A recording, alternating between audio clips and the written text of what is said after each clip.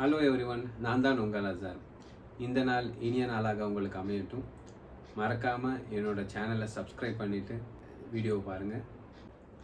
Hisham எல்கரோஜ்ன்ற ஒருத்தர் Moroccan. அவர் ஒரு athlete. அவர் பார்த்தீங்கன்னா அவரோட ஹைட் பார்த்தீங்கன்னா 5.9. அவரோட வெயிட் பார்த்தீங்கன்னா 58 kg.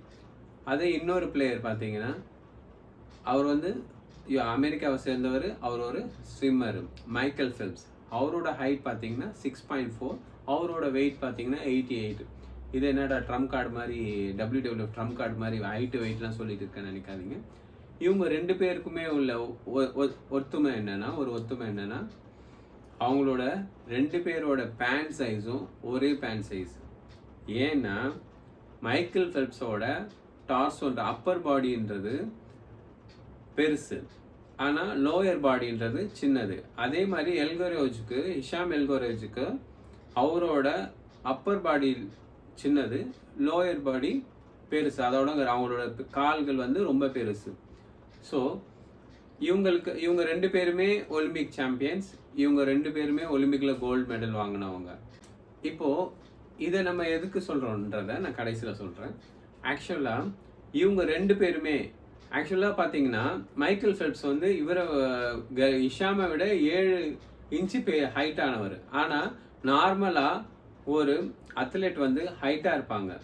ஏன்னா அத்லெட் ஹைட்டாக இருக்கிறவங்க தான் நல்லா ட்ராக்ல வேகமாக ஓட முடியும், அவங்களால பெரிய பெரிய ஸ்டெப்ஸ் எடுத்து வைக்க முடியும். ஆனால் அவர் ஸ்விம்மராக இருக்கார். ஹிஷாம் அவரை விட ஃபெல்ப்ஸை விட 7 இன்ச்சு கம்மியாக இருக்கார். பட் அவர் அத்லெட்டாக இருக்கார். ஸோ இவங்க ரெண்டு பேருமே அவங்களோட ஸ்போர்ட்ஸை ஸ்விட்ச் பண்ணியிருந்தாங்கன்னா, இன்கேஸ் ஃபெல்ப்ஸ் அத்லெட்டாவோ இல்லை ஹிஷாம் ஸ்விம்மராகவோ இருந்திருந்தாருன்னா கண்டிப்பாக ஜெயிச்சிருக்க முடியாது.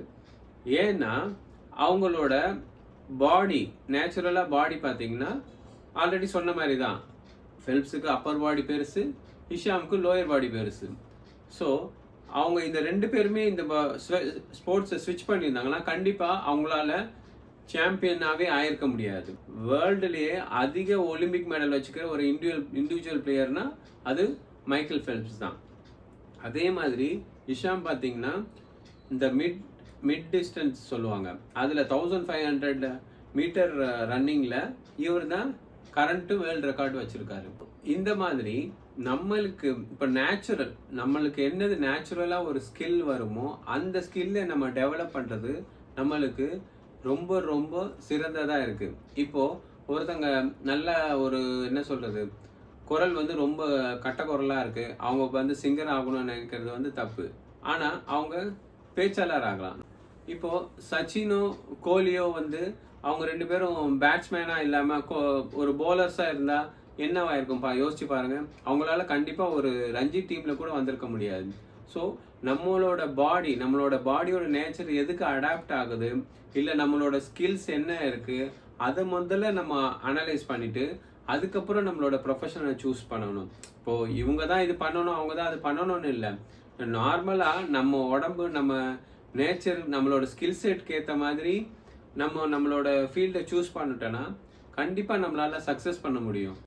ஸோ உங்களோட திறமை என்ன, நீங்கள் உங்களோட நேச்சுரலாக இயற்கையாக கடவுள் கொடுத்த திறமை என்ன, அதை பற்றி டீப்பாக ஒர்க் பண்ணுங்கள்.